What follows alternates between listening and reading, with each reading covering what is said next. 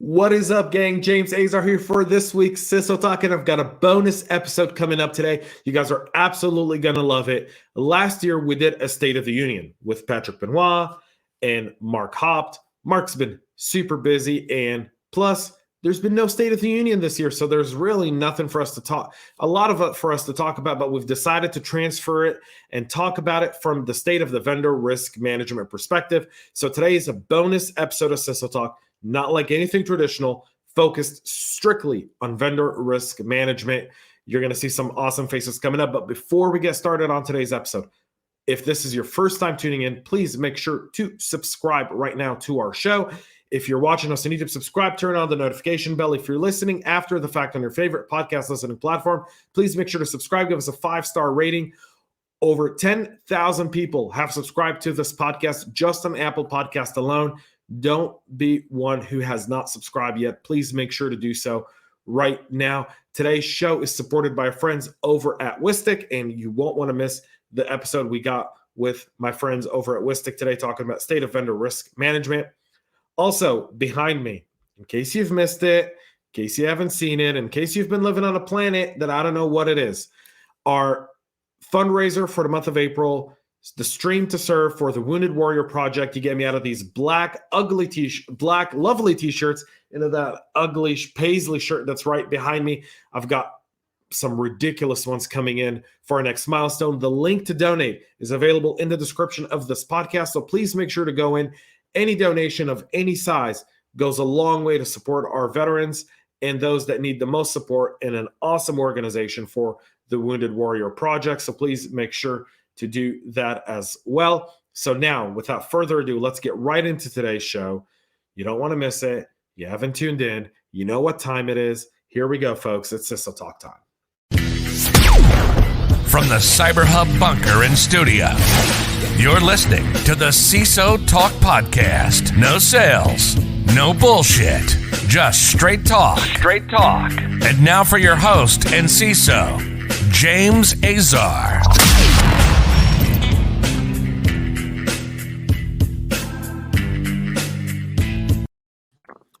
Welcome, everyone, to today's episode. A very, very special show today. Joining me, a familiar face, one that's been on the show many, many of times, the legendary Patrick Benoit. He's the global head of GRC and BISO over at CBRE. Patrick, what is happening? Oh, it's great. I appreciate being here. And for all the listeners and viewers, if it's scary, just turn my video off. You know, I like the background. The floral really brings out your personality. There you go. Nick, the CEO of Whistic and one of the great supporters of our podcast. Nick, how's it going? Thanks for having me, James. Really excited. I don't have the floral in the background, though, so sorry to be boring. Well, it's okay. We are kind of, we've all kind of become accustomed to like doing video calls with like the fake Zoom backgrounds, right? Like the beach or the mountains or, the company logo. It's good to kind of refresh that. I'm going plain and simple today with white. Yeah, absolutely. So here's the deal, folks. Special bonus episode of CISO Talk. Don't typically do this. State of vendor risk management for 2021. We're going to evaluate 2020 in case you guys fell asleep, you didn't wake up in 2020, you kind of cruised through the year. We had a bunch of really interesting stuff happen. Let me give you a recap of 2020. In January of 2020, we started with what was at the time one of the greatest, most powerful vulnerabilities. You guys remember Citrix? Yeah. Or was it so long ago that you guys go, whoa, I forgot about Citrix in January. Yeah. Citrix in January and February dominated the news cycle in cybersecurity. And then in March, we got COVID. And COVID kind of diminished Citrix and brought about this whole talk for about 6 months of work from home, managing the new endpoints, the new business, what's it going to look like, the new tomorrow, digital transformation. Every single buzzword that's in the buzzword graveyard was used on plenty of emails that made it into my spam folder. And as we kind of fast forward through the year, or we slow paced and walk through it, in December, we got what was could be argued as the most significant and sophisticated data breach in modern history. The SolarWinds breach, software supply chain risk, that translated to the Microsoft Exchange proxy logon vulnerabilities that we've seen so far this year. And now we're seeing software supply chain be kind of a thing. This is a quick recap. But now we'll look at the state of vendor risk management, and it's a very interesting, it's a buzzword topic, but we're not going to talk about buzzword. We're going to talk about this today from two different aspects. One is business. The other is actionable items that you can take into your business tomorrow to fix it. So let's talk a little bit about this. The aftermath of SolarWinds and Exchange. Patrick, I'll kick this off with you. Here's the pitch. Yep, there you go. I was going to say, you may have forgotten the media hype about how evil Zoom was too. That was in the midst of all that as well. That was in the midst of all that, yeah. Right? Zoom, what was it called? Like Zoom crashing? It was, Zoom it was bombing. Hijacking. Zoom bombing. Yeah, Zoom bombing. Yeah. You know, as I was taking my notes and prepping for this episode, you know, I looked at Zoom bombing as being more of a less of a risk and more of just tremendous growth in a matter of time, where they didn't think that this was going to be an issue. Well, yeah, let's not take any personal responsibilities for the hosts that were hosting those Zoom shows that got Zoom bombed. But be that as it may, the media thought it was an important thing to do, and so we ran with it. SolarWinds, yeah, wow. So from my point of view, you know, we were in a good position. You know, we do all the things that we think we are doing, and we check to make sure that we're really doing them and that they come out right and everything. And so our position was, after we did all of our forensics, we were starting to get in the numerous new sets of questions from our clients. And just like, you know, Nick will be well aware of, every set of questions is a little bit different. It's a little bit different format. We're asking only about SolarWinds and what we did, but they still have, some had 2 questions, some had 5 questions, some had 1 question, some couldn't write a discernible question.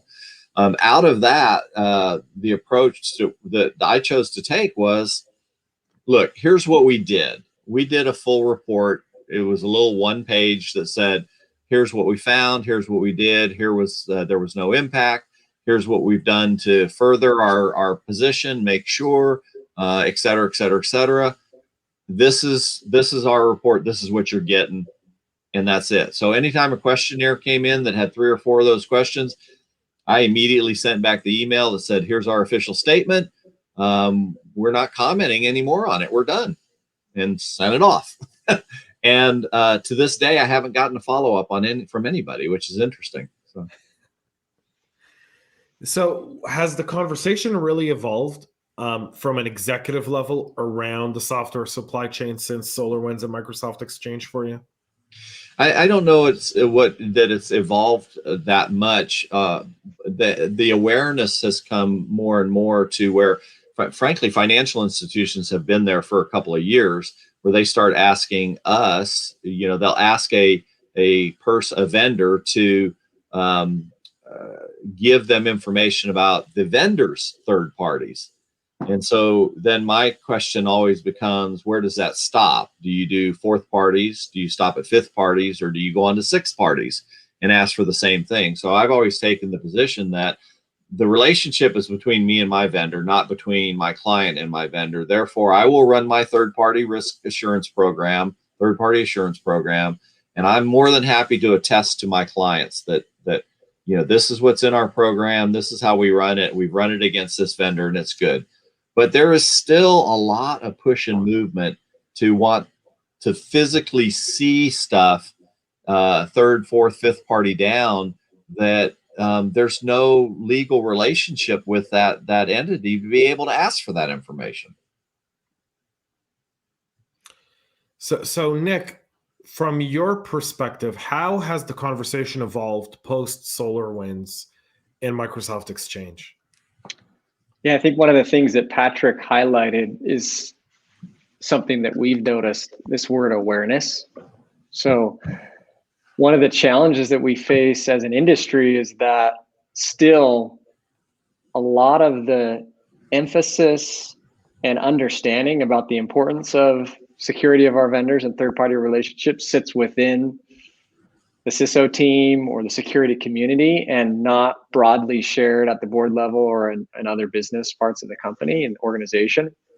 And so unfortunately, we look to events like this that are highly publicized and widely acknowledged to help us with that. And so that's one of the things that we've seen.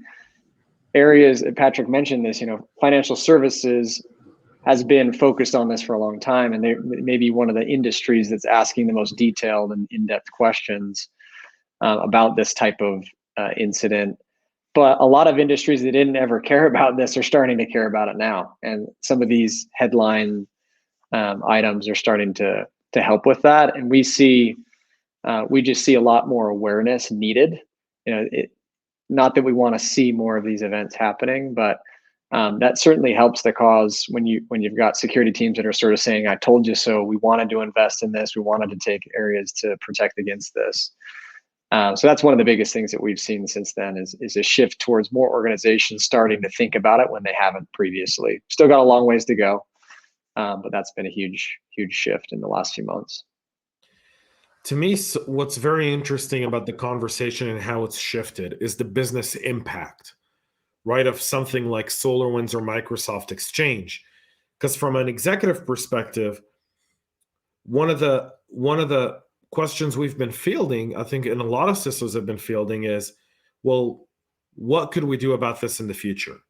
And I don't know that there's anything you can do when you're talking about giants like Microsoft. I mean, Microsoft was a victim of a victim. Right? SolarWinds, one victim. Through SolarWinds, they got to Microsoft, secondary victim. Now we got third level victims, which is all the organizations that used Microsoft Exchange, which I think is like 77 or 80% of the Fortune 500 companies and governments in the world. It's absolutely fascinating. And I think this conversation has been able to kind of highlight and beef up the perception around, we can only do so much in security, but we can't mitigate every single risk unless we do everything internally. And even then, that doesn't guarantee that these risks won't exist anymore. It's kind of really taking the conversation back to risk analysis and risk aversion and risk appetite for a business. What do you guys think? Yeah, I'm just going to say there's certainly no silver bullet on that topic, but one of the things so we run the State of Vendor Security report that we're talking about today, obviously in this episode. And one of the interesting things that over the last couple of years has shifted dramatically, like a 50% increase, is the number of companies investing in software in this area. And it's still over 40% of companies don't do anything on this front, but that's kind of a barometer for how people are caring about or paying attention to this, just broadly speaking. So that's an interesting trend. That's the tip of the iceberg. That's just one aspect of that. But it's something that we obviously track at Whistic and pay attention to. We're going to need a lot more attention from business leaders on this topic to continue to make a headway, though. Yeah, and Nick brought out an interesting point in that when you talk about awareness, what we have seen a huge shift in is that we always had some difficulty getting a tight tie-in to the procurement process to ensure that all every time it went through procurement, anything went through procurement, that they stopped and asked security, specifically third-party assurance, do we have a vendor management or vendor risk assessment on this particular vendor? And if so, how does that merge with the procurement risk assessment for dollar spend and volume and things like that to give us an overall risk rating for the vendor? And now we're seeing greater inclination to include us earlier and earlier, which is an important thing. The other thing Nick said that's really critical, and James, you said too, when you talk about the Microsofts of the world, we have to pick on the big guys. So the Microsofts of the world, if a client comes to me and says, we want XYZ evidence of compliance for your email system, and you're running O365 as an example, other than going to the Trust Center and downloading what they make publicly available, what is it that they think that we can force Microsoft to give us? It's not as if we can turn to Microsoft and say, we must have, or we won't do business with you, because that's not going to happen. And so why would a financial institution or another client come to us expecting that that would be the case? They can't ask Microsoft to get those things. So why would they think that we could? That's a really interesting point, Pat, because it's one where people kind of come in with these really weird demands, and well, we want to know what you're doing in email security. And I'm like, I'm not giving you my blueprint of what I'm doing in email security. Like, I don't know. Can I audit you before you audit me to make sure that what I give you doesn't get breached from your end before you come and ask me these questions? Well, it's interesting. I had to ask that question once because somebody came to us asking for something really crazy. And so I was on the call with the InfoSec folks and I said, no, I'm sorry, we can't give that to you. I mean, that would create undue risk on our position. And he said, that's okay. Don't worry about it. We always ask, and about 90% of the people just give it to us anyway, but we know that you can't really give it to us reasonably. So don't worry about it. Really? That's greatness. But yeah, that's the mentality. And I've also had the conversation with InfoSec people doing audits like that, compliance audits. And they'll want to do, they'll want authenticated access to do authenticated pen tests on my environment. And I'm like, no. And I'm one of your customers. So do you mind giving me credentials so that I can do an authenticated pen test on your bank? Well, no, we can't do that. Exactly. Now you're understanding. Yeah. Let's take this conversation. Go ahead, Nick. Did you have something to add? Yeah, I was just going to say, I think we're highlighting something interesting that is, I think this is healthy for the industry. The more awareness, the more focus on this, the more these reviews happen, the more sort of the fluff has to melt away, because there's going to be too many of these. We're going to have too many conversations. There's going to be too many follow-up questions. There's going to be too many vendors to chase down and third parties, that it just has to evolve. And we're starting to see that in certain aspects of the market as well, where these things are breaking and sort of the people are realizing, like Patrick's saying, like, yeah, that's not the most important question. Okay, let's move on.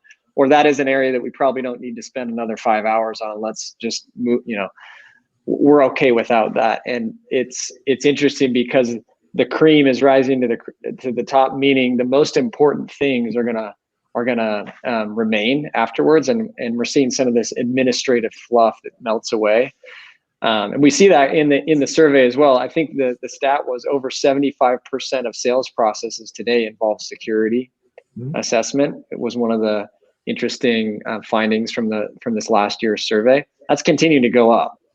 It's not going away. James has heard me preach about that. I think we should be looking for ways to try and monetize security even in the smallest amounts, and use security as a value-added sales tool. And we don't do that enough.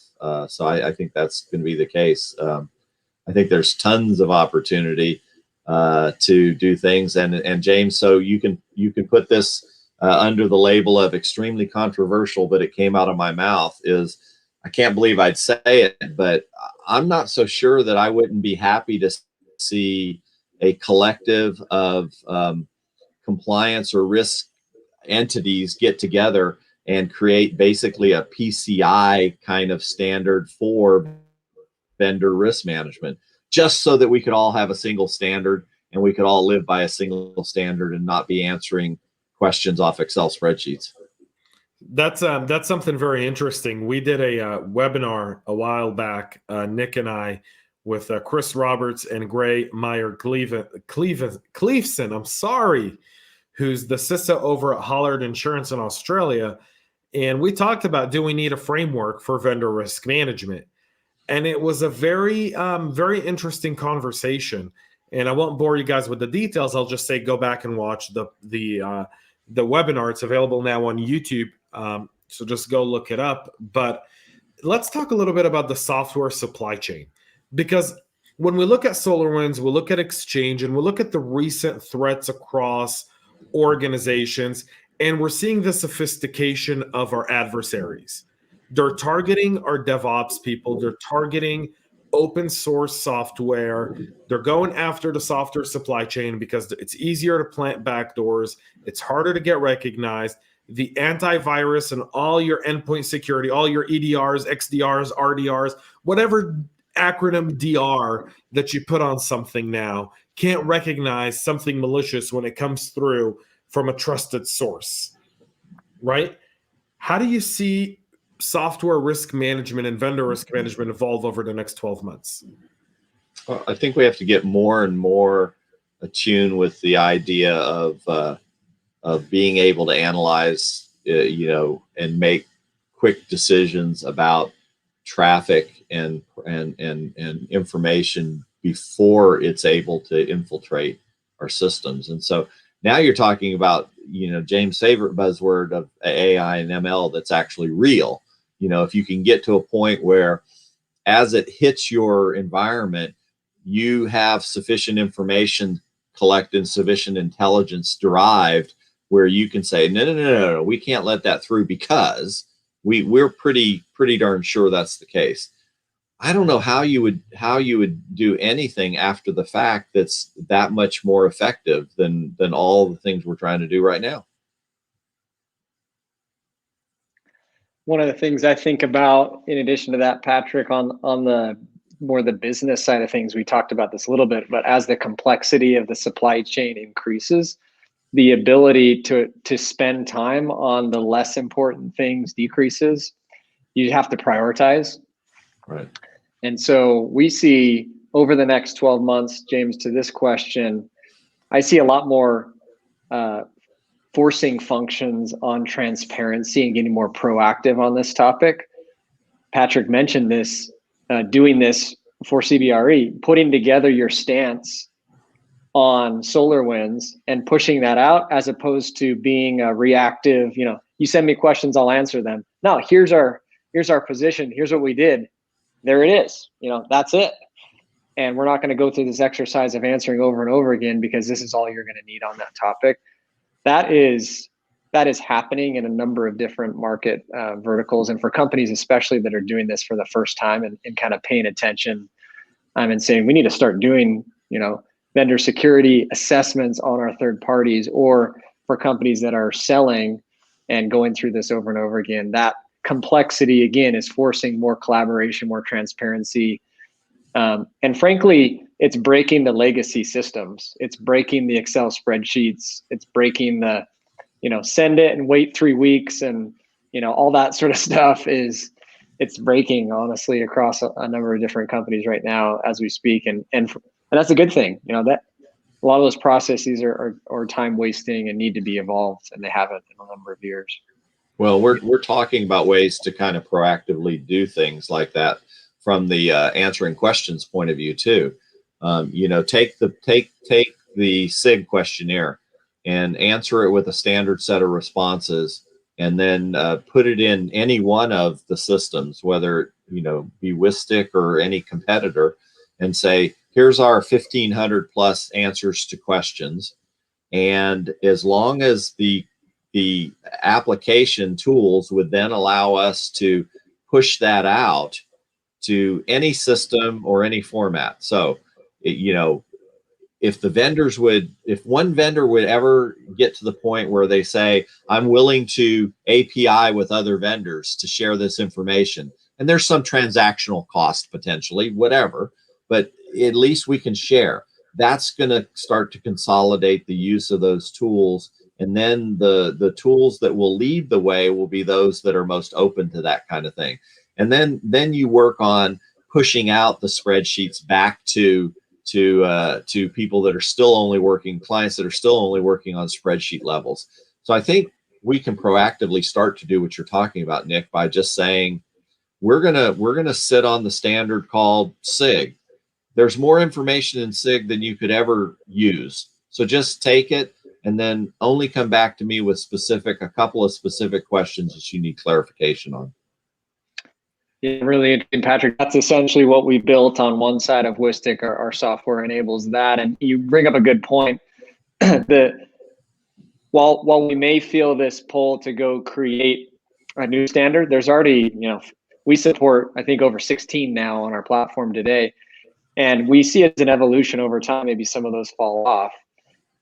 But these are widely adopted. Tens of thousands of companies, like you're saying, use the Shared Assessment SIG or the Cloud Security Alliance CAIQ or the Vendor Security Alliance or ISO 27001. So let's start there. Let's start where people are at, take the spreadsheets and convert them into these standards. And that's another interesting stat from this latest state of vendor security report is that close to 50% of companies said that in the next year they're looking to adopt one of those standards. And that's up as well. That's a trend that's been increasing year over year for a while, which is you've got a bunch of bespoke, ad hoc, custom sets of questions that people are they're not inventing these questions. They're just sort of pulling on Frankenstein from all the different standards and mashing them up together, right? Right. So you get the same question asked in a different way over and over again. But that's another trend. It's going to take years, but that's another trend that we're seeing evolution on is more coalescing around some of these standardized frameworks, which is good for the industry. So that's a very interesting point, which is the idea of people kind of taking all these different frameworks and kind of trying to piece together a questionnaire from them, right?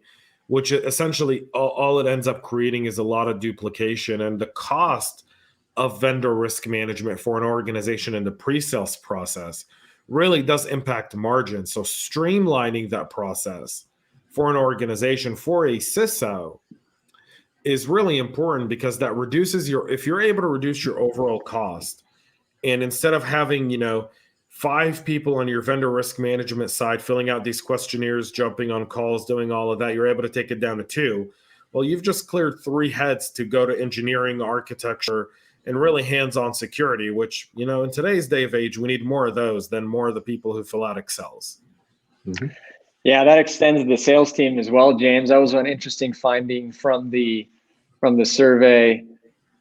Roughly 70% of the time, a salesperson is actually helping to fill this thing out. So it's scary on some levels. That's another topic. Yeah. Another topic, right? But just not only is it the InfoSec team's time and the business resources there, but it's the lack of, salesperson should be selling and not dealing with this back and forth and these questions. And so the average amount of time there, I think, was around 6.5 hours a month for the sales reps that responded to the survey. So selling time dedicated to security, not an ideal scenario. And the vast majority of questions answered, frankly, well, I shouldn't say that. So a big chunk of the questions is going to be policy oriented, so they can be answered by GCSO, but all the remaining questions tend to be very application or service specific. And even the security office may not have a good sense of how those applications or services specifically handle data, as an example. They may know that we have, data loss prevention, or we have WAF out there, or we have encryption, or whatever the case is, but they're not going to know specifics about the data and the handling and credentialing necessarily within all these applications. So it then starts eating up all of those engineers' time too. I was going to call out that this it's about perspective, and we see this in the cloud world as well. We see lots of engineers in technology from an on-prem point of view, the old system admin kind of view, that have to some degree run a little scared with everything moving to the cloud, because they have this sense that I'm not going to then have a need for system administrators, traditional system administrators. And the reality is that's true, but those traditional system admins can easily be retrained and given additional expertise to be able to function in the cloud environment. But there's been a resistance because of that.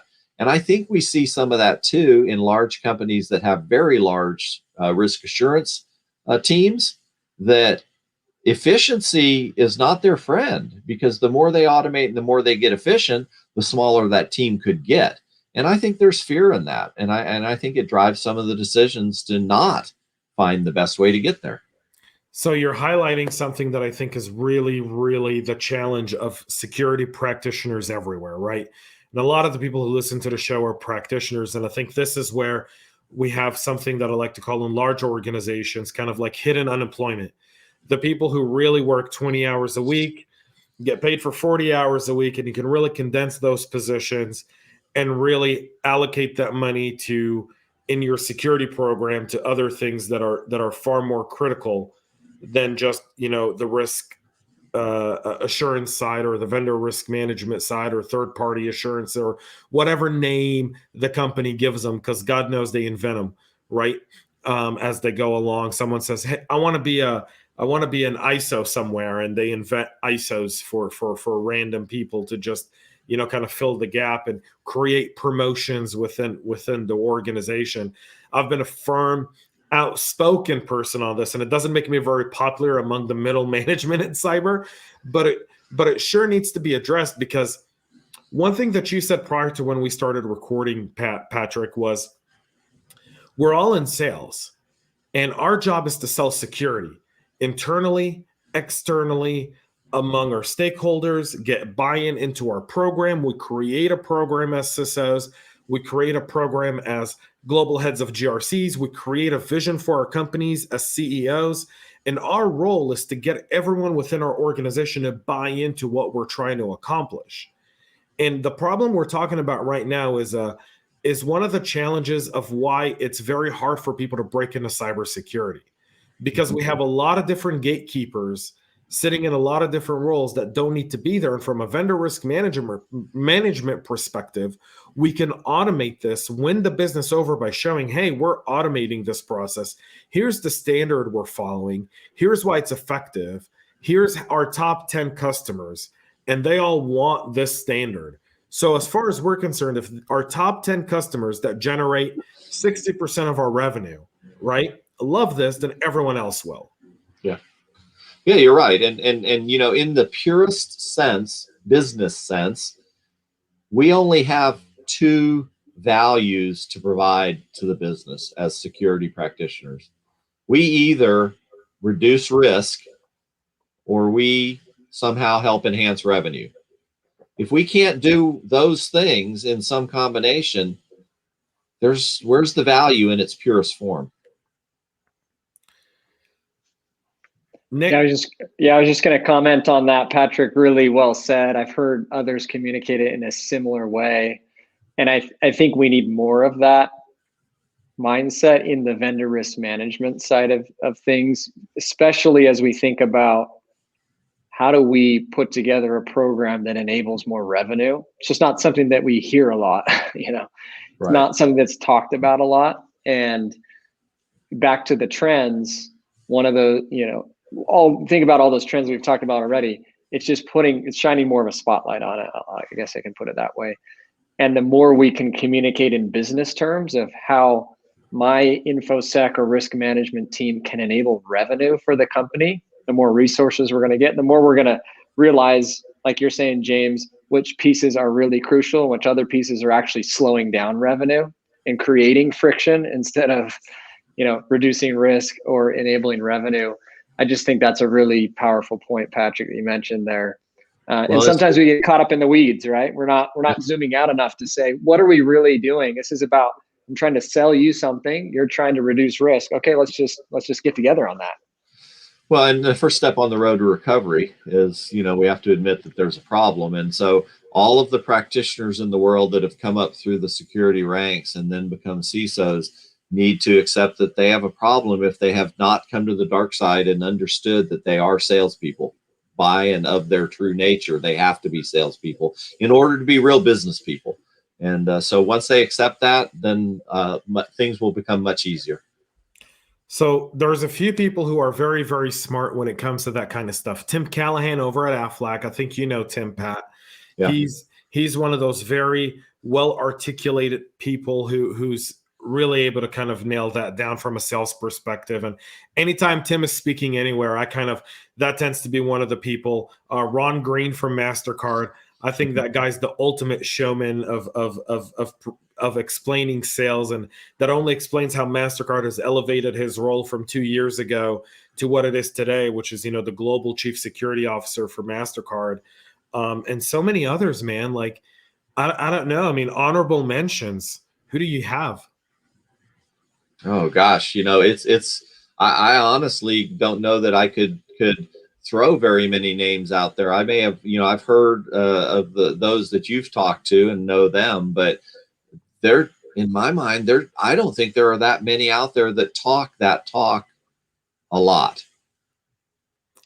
So, Ross Young from Caterpillar also does an excellent job of kind of presenting that stuff. And I think he does it fairly well, but Ross is very mild toned.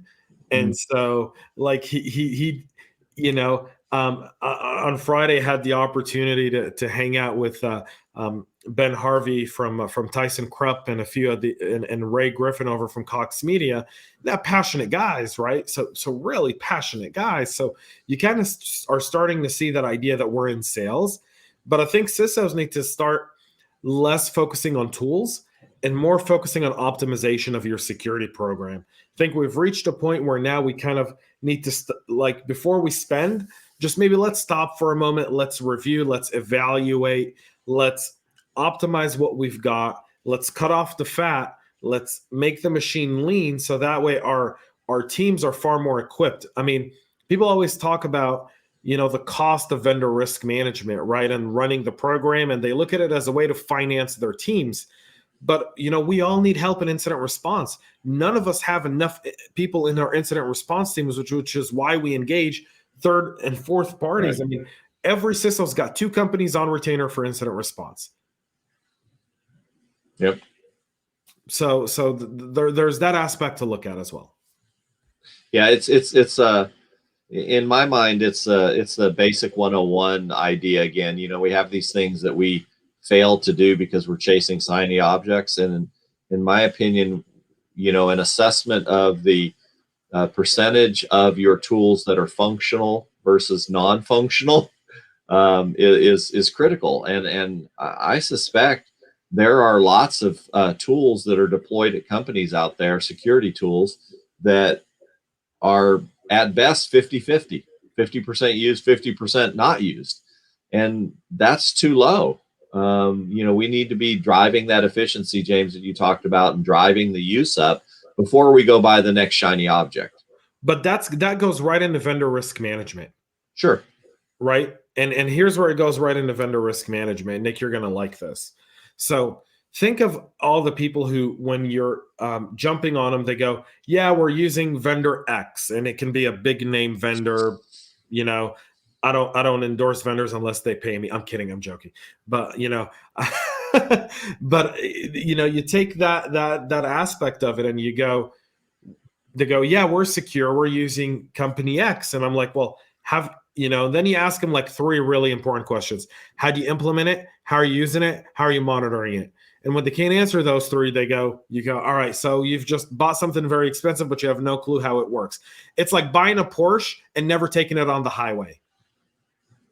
Right. And you have that same the similar scenario of buying stuff that never gets used or gets partially used, all over everywhere. It's rampant throughout technology in general. Yeah. Yeah, and I think related to that, James, on the topic of vendor risk management, one of the things that we see that's really interesting is the flip side of assessing your vendors is obviously being a vendor that gets assessed by your customers. Patrick's talked about that. Most companies are in that realm as well. You have to assess your vendors, and you're getting assessed by your customers.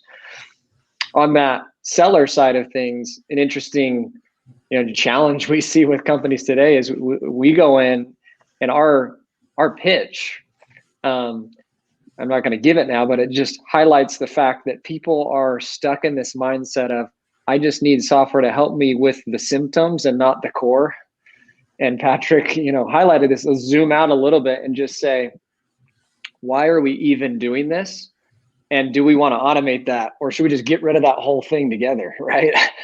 Does that process really need more money thrown at it? Or should we just not be doing that and do it in a different way? And I think that's what some of the things that we're seeing, again, from the State of Vendor Security Survey that we're seeing highlighted from the data in this past year, is that more and more people are questioning the status quo and looking towards maybe we need to get more effective or efficient. And that, like you said, James, should start with a process or a policy. Well, in all that should fairness, start with a tool, right?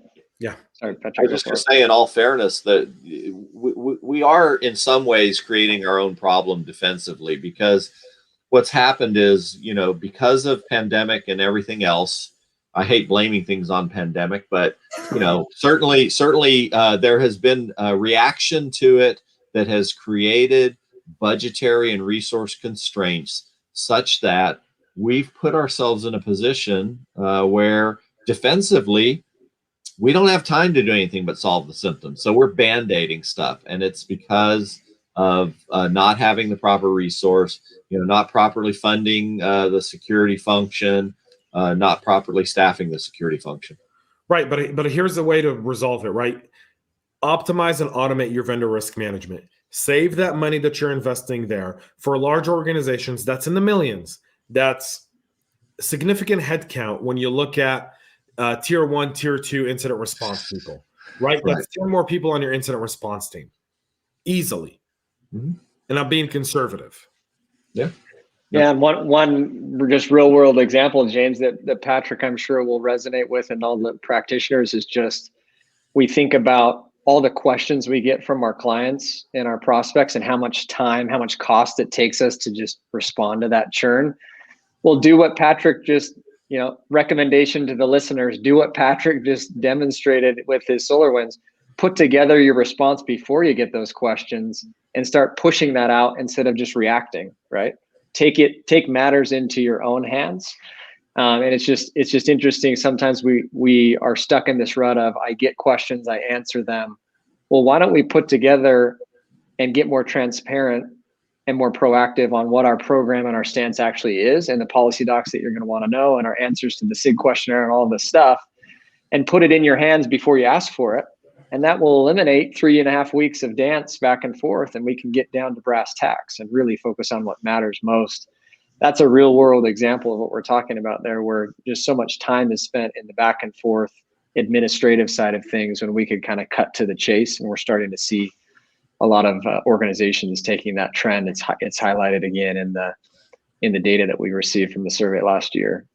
One of the biggest wasted areas for large companies, especially large global entities, is they will do a vendor risk assessment on a vendor when you start doing business with them in the Americas. And then as soon as they pick up your business in APAC or EMEA, they turn around and try to do the exact same assessment again, because they don't, the regional departments, the regional teams between these clients don't talk to each other. So you end up doing 3 different assessments. Now, proactively, we go, wait, we just did that for the Americas. Here, take this and tell us what else you need. But why would they not see that in their own procedures from the get-go? Yeah, challenging, complicated process for sure. So Nick brought up what I think to be is the most challenging topic in cybersecurity today: transparency. And I've wrote an article you guys can find on Substack called The Microsoft Doctrine, and kind of talks about how Microsoft handled the SolarWinds issue and how open book they were as far as communicating stuff out in record speed without any thought to recourse to how they're dealing with it. How do we increase transparency and vendor risk management, really, so that we encourage more cooperation and get rid of some of the red tape that exists within the process? I can chime in there, James. One of the things that I think we've talked about that really helps with this transparency in a lot of ways is about communication.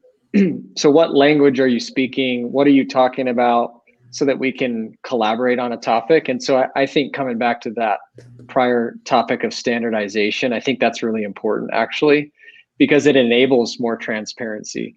If you're speaking a language and I can speak that language too, then I can be confident in being transparent with you that I'm not going to be misunderstood. And so I think that topic is really important, whether that's standardization around, a framework, a cybersecurity framework like the Cloud Security Alliance or the shared assessments, or on any sort of topic. So I think that's one piece.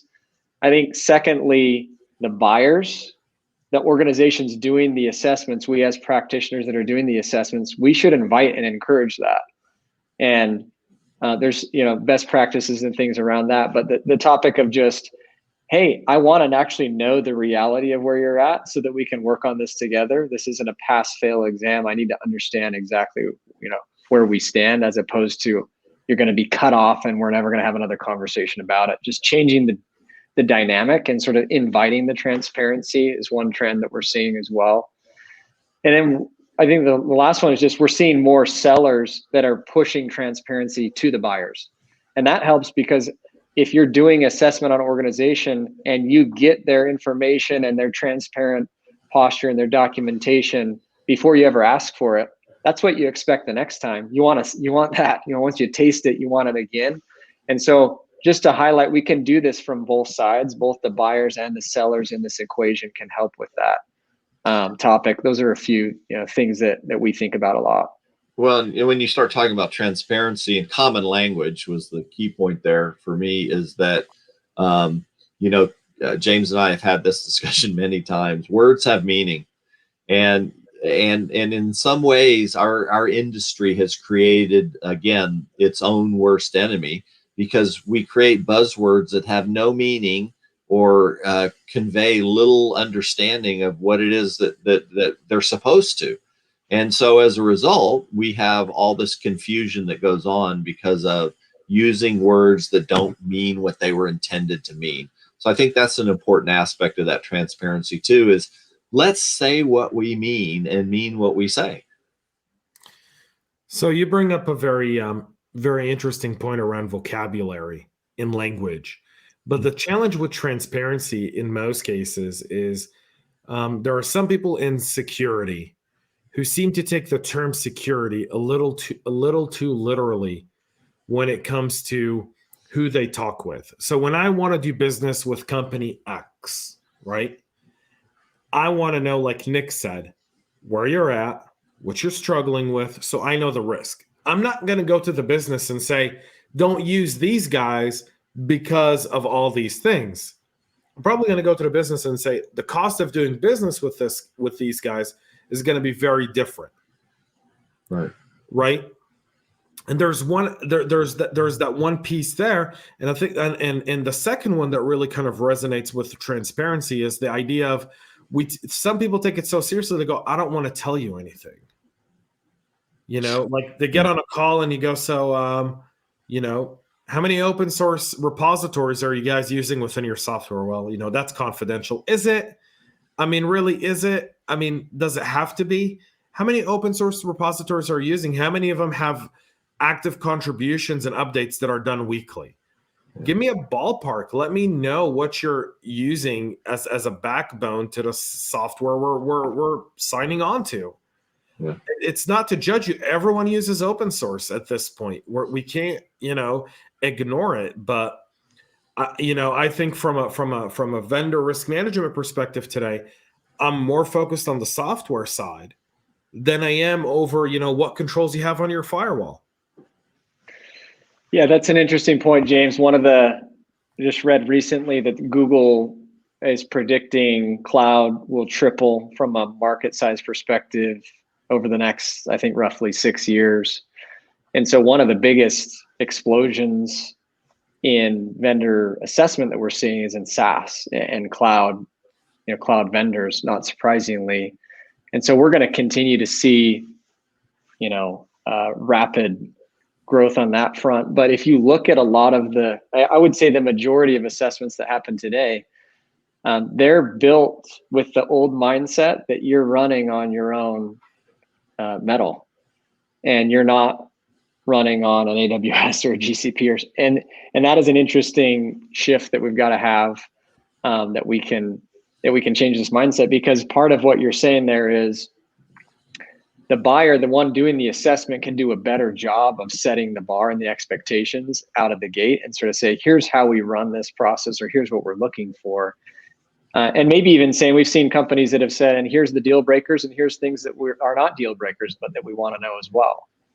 And so those are some sort of tips or best practices that we've seen on that area, especially as we go into more uncharted territory where there's potentially younger companies, more startups running on cloud that don't have a lot of experience with these types of questions or types of assessments from their potential prospects and customers, and maybe actually looking for guidance from someone assessing them. Two of my favorite phrases in recent years have become, to James' point earlier, is I often will say to people, I understand what you're asking me, but that's a commercial decision. That's not a security decision. That's a commercial decision. I'm happy to advise you on what I view as the risk may be, but in the end, it's a commercial decision. So that's one of those there. And you know, the others are all around this idea of we're going to ask a question. Like, I love to see these questionnaires because I got the answer for this. They come in and say, describe your email security controls. I'm like, really? That's not a question. That's an essay. And so my answer is simply, we have security controls. Question is overly vague and ambiguous. Please clarify. Whoop, done. You know, don't ask me to write an essay. So I think that's the problem with vendor risk management questionnaires in general. A lot of them are describe this, describe. And one, you're asking for a lot of time allotment to do that, right? Number two, I'm wondering what kind of integration we're doing with you and what kind of data we're sharing back and forth before I answer something like that. If you're a chat plugin into my website, or if I'm vice versa, I'm less inclined to worry about all those things. What are we really sharing with you? Your iframe built into my website, right?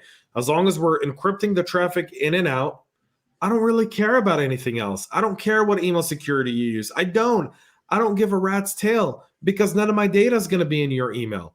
Outside of the business terms of this agreement, nothing else is going to be in your email. Yeah. That's one of the interesting things that we've seen in the last 5 years, even, is just more and more sellers realizing that the buyers or the customers assessing them are starting to get it.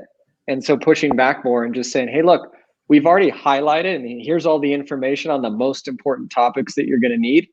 All this other stuff, let's just sort of agree, that doesn't really matter as much as these core, 24 items that we've already delivered to you, and you've got all the information you ever want on those things.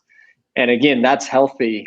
And to sort of the question of what can we do as an industry in the coming 12 months to help with that, I think more of that would be helpful. More vendors, sellers putting together their information in advance and taking control of their own story. Because we've all been through those experiences where you're getting asked questions that are totally irrelevant to the service you're delivering. And it's just a bunch of non-applicables, right? And it's sort of, did you even, research, like you're saying, James, the engagement that we're involved in? Because if you would have, all of these questions are irrelevant to what we're dealing with. And the way that can change is if we, as the sellers or the vendors, take more control over the story, the window into our security that matters, and sort of describe, here, when you're engaging with our application, here are the things that matter most. Here are the controls that you're going to want to dive into the most. Here's the aspects that pose the most risk. Even we see companies starting to do this, and that is positive change. It's gonna take years, but we're starting to see that, which I think 5 years ago we weren't. It was still a lot of the back and forth, and that's still the norm today. But it's interesting to see more and more companies taking charge of that now.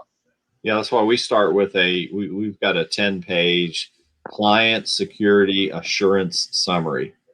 And it's just 10 pages of, really, a lot of it has to do with, why are you concerned about the risk of property addresses? And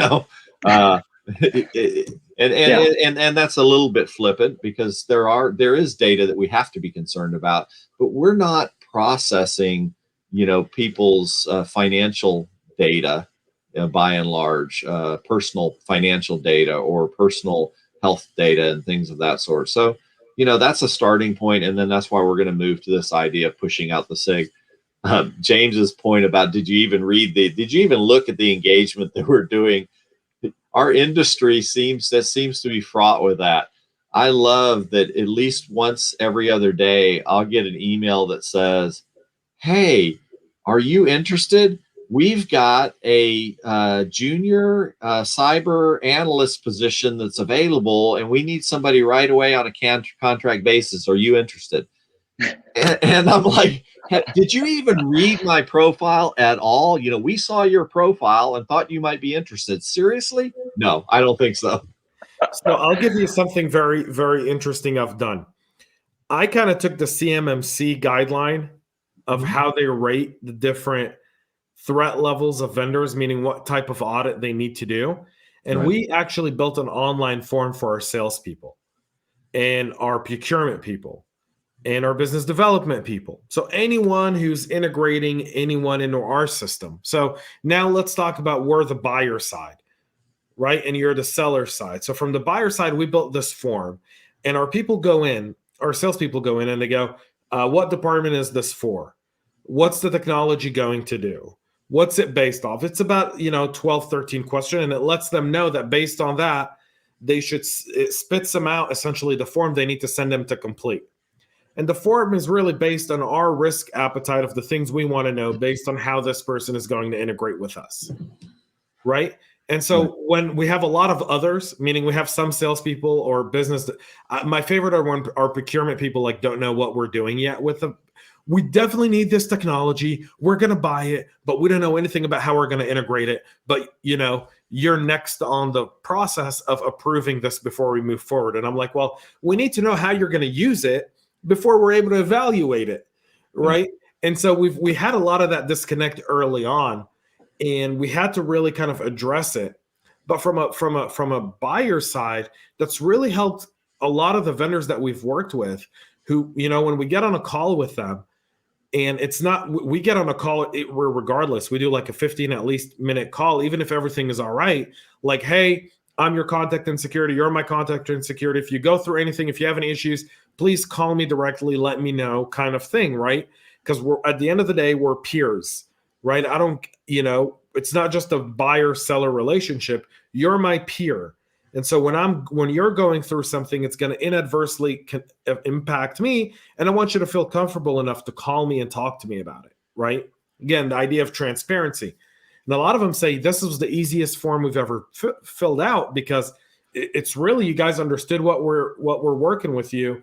And, instead of a 250 question thing, it's 50 questions, and it's really straightforward, and it's, let's jump on a call and figure out any discrepancies. And the idea of simplifying this and speeding through it, because one of the things that I looked at the vendor risk, the state of the vendor risk management report that Whistic put out was on average, anytime an Excel isn't answered correctly, it extends the sales period by about 4.5 days.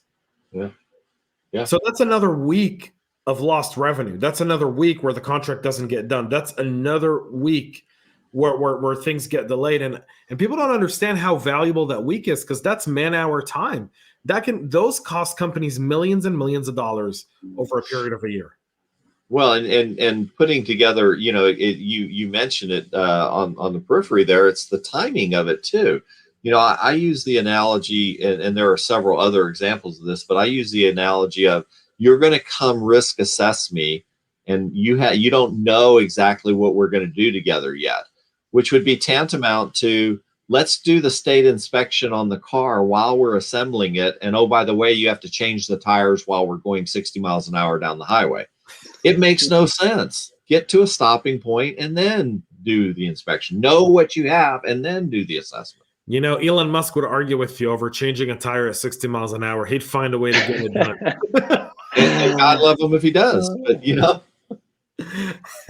Yeah, James, the other part that highlights as well is just again, basic 101 here. Don't have a one-size-fits-all process. Just scope it based on the inputs. And you can kind of describe what we've seen very helpful for a lot of our customers as well. It's just put together a vendor intake or process that plugs into procurement where you scope it out and don't have a one-size-fits-all.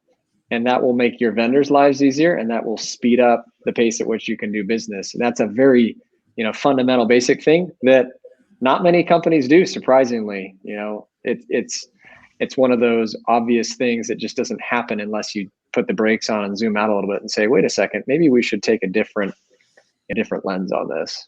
So this is great. So next year, add this question into the report, right? And when we do this podcast a year from today, let's evaluate how many people have actually created that process. Did anybody listen? Did anybody listen? Did anybody pay attention? All right, guys. So we're at the end of the show, but I got some trivia. But before I go through the trivia, I want to give you each 60 seconds to predict what does the vendor risk management landscape going to look like a year from today when we reconvene. Will it be Terminator Doomsday style, day after tomorrow, walking in an icy New York City, cold, frigid temperatures? Or will it be sunny roses and, we've solved all of the world's problems and it's Woodstock 1968, whatever? So I would love to believe that it would be rainbows and sunshine unicorns and My Little Ponies and such, but I'm afraid that we don't have enough critical mass yet to drive forward with this idea that both Nick and I talked about of proactive management to a standard or a framework of some sort, whatever that is.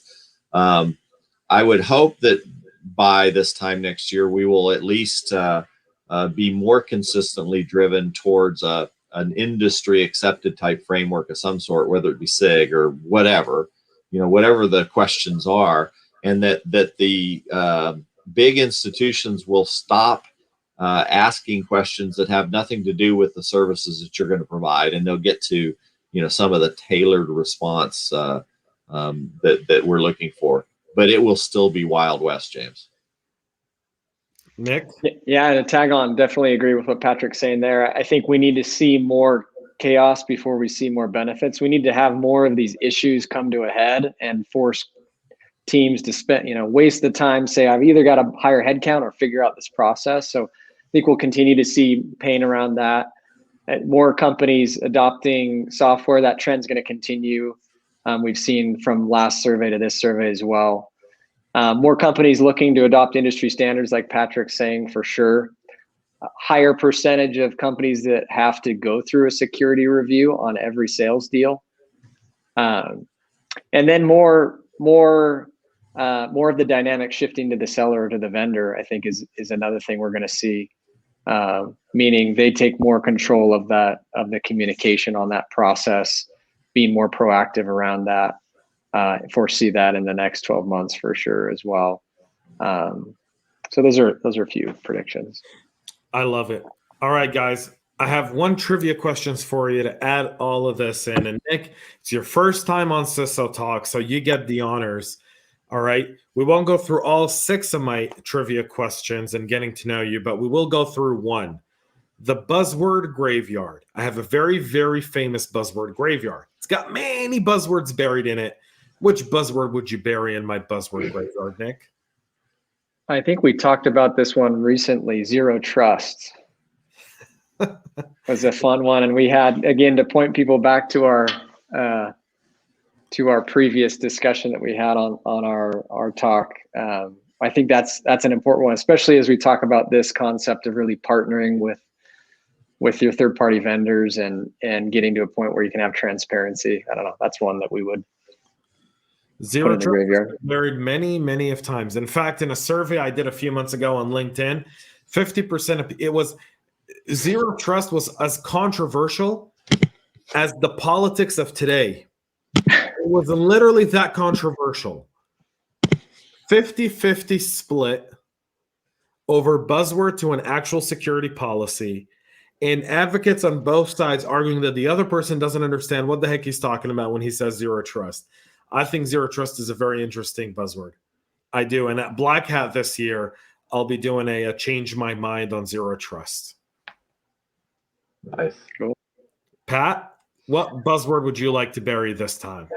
Gosh, I've already buried so many in the past. I know, but you get to add one more. Man, I'd have to give that some thought, because I still get hung up on AI is just a trigger of mine, and the true understanding of AI, and it's getting worse and worse. It hadn't changed a bit. The new latest, I'm waiting to see if it's true or a real buzzword is the secure, the SASE stuff, the secure access service edge, and what that's going to really actually mean, because it's competitive with zero trust. And so is this just another way to try and do a cloud based zero trust model? And they know that people are sick of hearing zero trust, so now they've come up with SASE. So that may be one, but I think the jury's still out. So that's very interesting. I've been looking at SASE as a buzzword because my inbox has been getting hit with it quite frequently over the last about 2 weeks or so. And so, yeah, I agree with you. I think SASE is a reinvented version. It's kind of like the Pepsi of Coca-Cola. Yes, rebranding. Yeah, it's rebranding of zero trust. And, you might sell me on it as SASE than as zero trust. I mean, let's be honest, zero trust sounds horrible. If you ever had a conversation with someone and they say, hey, we practice zero trust, and they, how does the person on the other side feel? If we're all about feelings, what about the feelings of the other person when you say zero trust? It's very offensive. Yeah. Saying, I don't trust you. Yeah. Well, and yeah, so there's all kinds of potential problems with not taking care of the sensitivity of those security professionals we're talking to. So you said it earlier on the show, right? Words matter. Words matter. Yeah. Words matter. Folks, that's it for this bonus episode. Thank you to the awesome, magnificent Patrick Benoit, who's always just coming and sharing wisdom. Last year we did this in person in awesome Dallas with Mark. This year we do it virtually. Hopefully next year, guys, we do this actually in person. Absolutely. That'd be great. Appreciate you having me. Yeah. I don't know if we'd go to do this at RSA, but maybe we find like a really cool event somewhere and do this at a really cool event in person. Yep. Sounds good. Let's do it. Nick, thank you so much again for coming on. The State of the Vendor Risk Management Report by Whistic is available on the link below. They are going to ask you for your email address to get it. Deal with it. It's part of marketing. You're going to have to give something up to get something. That's capitalist exchange, folks. So make sure to go and take a look at the entire report. The report is actually really, really cool. It does help you build a case for how to automate and improve your vendor risk management program. And by the way, I've taken on an Excel challenge with Whistic, getting rid of all of our Excels for vendor risk management. I'm now, I think, on day 27 or so. And so things are starting to get a little bit better. I will tell you that I haven't opened an Excel, and I can prove it because Excel isn't even opened on my toolbar on my Mac, right? Like I've got Word, PowerPoint, but Excel isn't even on there anymore because the only time I ever used an Excel was for that. So you're making progress, James. We like to see it. I'm recovering, but make sure to go check out our webinar that Nick and I did with the awesome Chris Roberts and Gray Meyer Gleason. Did I say that right? I keep butchering Gleaves. Yeah. I'm so sorry. I keep ruining, GMG's name, and I feel really, really bad. But I have him in my phone as GMG at this point. Kind of the reverse of MGM. There you go. Go check it out. It's available on YouTube right under our bonus episode section. So go check that out as well. Folks, thanks so much for tuning in. Thanks for watching. Make sure to subscribe, download the report, support our sponsors over at Whistic as well. Go check it out. Take their challenge as well, and maybe you'll recover from Excel. Like I'm slowly starting to. I'm telling you, it's a challenge, but we'll get there. I'll eventually stop using Excels altogether, and then my friends at Microsoft will absolutely hate me. It's because of you. All right. But until next time, guys, we'll be back next week with a lot more CISO Talk. Till then, cheers. Cheers. Thanks. Take care. Make sure to subscribe to our podcast and share it with your friends and colleagues. And get all the latest information at cyberhubpodcast.com.